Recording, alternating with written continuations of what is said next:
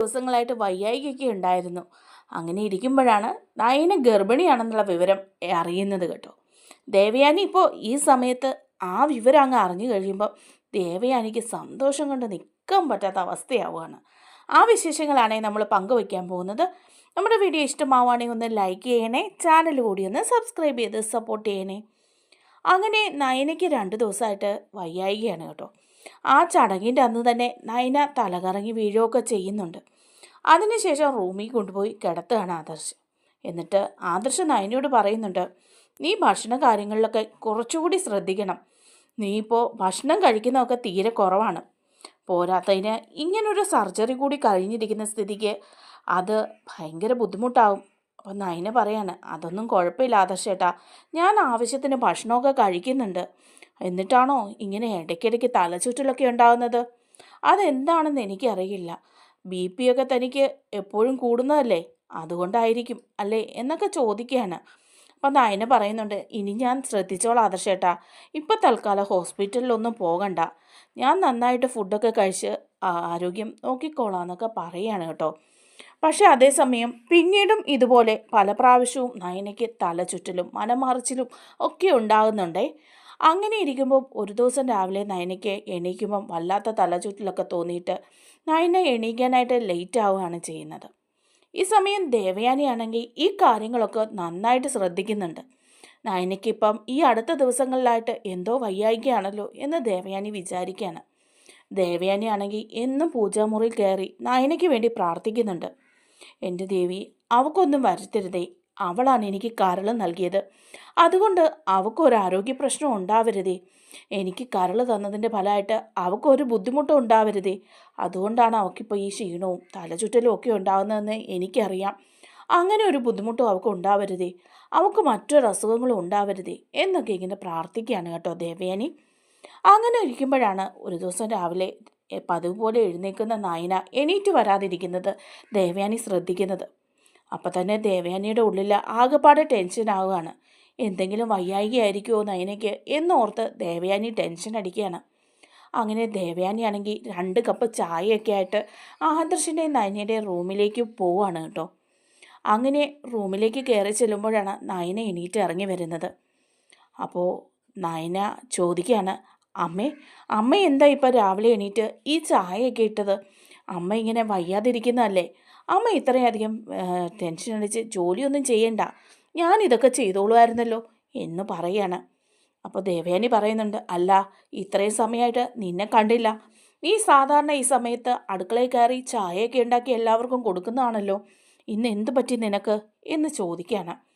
അപ്പോൾ നയന പറയുന്നുണ്ട്, അതമ്മേ, എനിക്ക് വല്ലാത്തൊരു ക്ഷീണം, കുറച്ച് ദിവസങ്ങളായി ഇങ്ങനെ തുടങ്ങിയിട്ട് വല്ലാത്തൊരു തലചുറ്റൽ, എണീറ്റപ്പം ഒരു ബുദ്ധിമുട്ട് പോലെ തോന്നി, അതാ ഞാൻ താഴേക്ക് ഇറങ്ങി വരാതിരുന്നത്.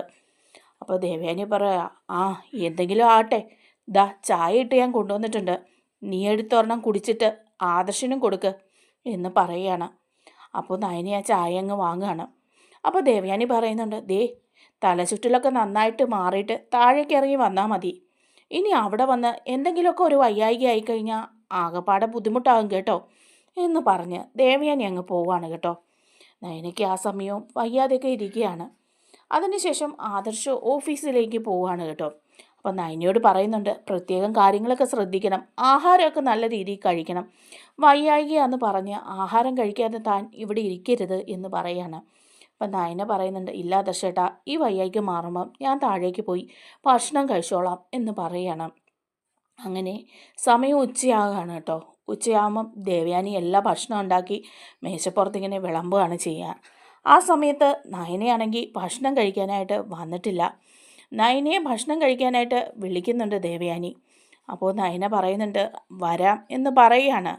പക്ഷേ ഭക്ഷണം വിളമ്പുന്ന സമയത്തും നയനയെ ഡൈനിങ് ടേബിളിൽ കാണാതെ വരുമ്പം മുത്തശ്ശൻ ചോദിക്കുകയാണ്, ദേവയാനി, നയന എവിടെ? നയനമോളിന്ന് ഭക്ഷണം കഴിക്കാൻ വന്ന് കണ്ടില്ല, അതുമാത്രമല്ല ഇന്ന് ഭക്ഷണം ഉണ്ടാക്കാനും വിളമ്പാനും ഒന്നിനും നയനയെ കണ്ടില്ല, രാവിലെ മുതൽ ആ കുട്ടിയെ കാണുന്നില്ലല്ലോ എന്ന് പറയാണ്. അപ്പോൾ ദേവയാനി പറയുന്നുണ്ട്, അവക്കെന്തോ വയ്യായികയാണെന്നാണ് പറഞ്ഞത്, രാവിലെ ഞാൻ ചോദിച്ചപ്പം തല ചുറ്റലാണെന്ന് പറഞ്ഞു, ഭക്ഷണം കഴിക്കാൻ ഞാൻ വിളിച്ചിരുന്നു, എന്നിട്ടും അവൾ വന്നില്ല എന്ന് പറയാണ്. അപ്പം മുത്തശ്ശൻ പറയുന്നുണ്ട്, അയ്യോ, അങ്ങനെ നയന ഭക്ഷണം കഴിക്കാതിരുന്നാൽ ശരിയാവില്ലല്ലോ, ആ കുട്ടി നന്നായിട്ട് ഭക്ഷണം കഴിക്കണം. ഭക്ഷണം കഴിക്കാത്തതിൻ്റെയാണ് ആ കുട്ടിക്ക് ഈ ക്ഷീണമൊക്കെ ഉണ്ടാകുന്നത്. അനാമിക ചെന്ന് അവളെ വിളിച്ചിട്ട് വാ എന്ന് പറയാണ്. അപ്പോൾ അനാമിക ഇങ്ങനെ മടിച്ച് നിൽക്കുകയാണ് കേട്ടോ. ആ സമയം നവ്യ പോവാണ്. അനാമിക പോയില്ല എന്ന് കണ്ടിട്ട് തന്നെ നവ്യ ചെന്ന് വിളിക്കുന്നുണ്ട് നയനെ. നയനെ വാ, ഭക്ഷണം കഴിക്കാൻ വരാൻ മുത്തശ്ശൻ പറഞ്ഞു. അവിടെ എല്ലാവരും കഴിക്കാനിരിക്കുകയാണെന്ന് പറയാണ്. അപ്പം നയന പറയുന്നുണ്ട്, നവ്യേച്ചി എനിക്ക് നല്ല വിശപ്പൊന്നും തോന്നുന്നില്ല, അതാ ഞാൻ വരാഞ്ഞത്. അത് സാരില്ല മോളെ, നീ താഴേക്ക് വാ, സർജറിയൊക്കെ കഴിഞ്ഞിരിക്കുന്നതല്ലേ, അതിൻ്റെ ക്ഷീണമായിരിക്കും. നന്നായിട്ട് ഭക്ഷണം കഴിക്കുമ്പം അതൊക്കെ അങ്ങ് മാറും എന്ന് പറയാണ്. അങ്ങനെ നയനയെ കൂട്ടിക്കൊണ്ട് ഇറങ്ങി വരികയാണ് കേട്ടോ നവ്യ. അങ്ങനെ ഡൈനിങ് ടേബിളിൽ എല്ലാവരും ഇരിക്കുകയാണ്.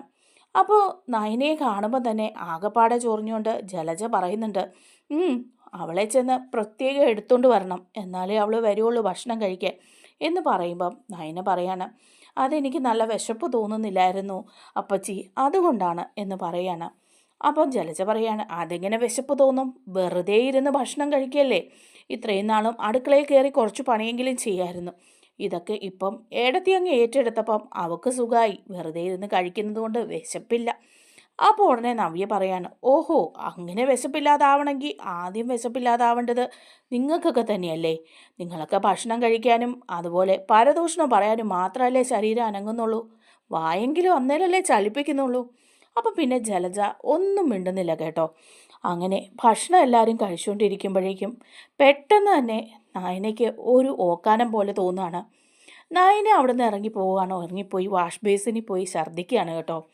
അപ്പോൾ അത് കാണുമ്പം അനാമിക ഇങ്ങനെ പറയുന്നുണ്ട്, ഹോ, എന്തൊരു കഷ്ടമായത്, മനുഷ്യൻ ആഹാരം കഴിക്കാനുള്ള മൂടും പോയി, ഇനി എങ്ങനെ ഭക്ഷണം കഴിക്കും, ആ സമയത്ത് തന്നെ അവൾ ഛർദിയും കൊണ്ട് വന്നു എന്നിങ്ങനെ പറയാണ്. അപ്പം മുത്തശ്ശൻ ചോദിക്കുന്നുണ്ട്, എന്ത് പറ്റി നായനമോളെ നിനക്ക്, ഭക്ഷണത്തിൻ്റെ മുമ്പിൽ നിന്ന് പോയി ഛർദ്ദിക്കുന്നുണ്ടല്ലോ. അപ്പം ദേവയാനിക്കും ആകെപ്പാടെ ടെൻഷൻ ആകുകയാണ് കേട്ടോ, എന്ത് പറ്റി നയനയ്ക്ക് എന്ന് ആലോചിച്ചിട്ട്.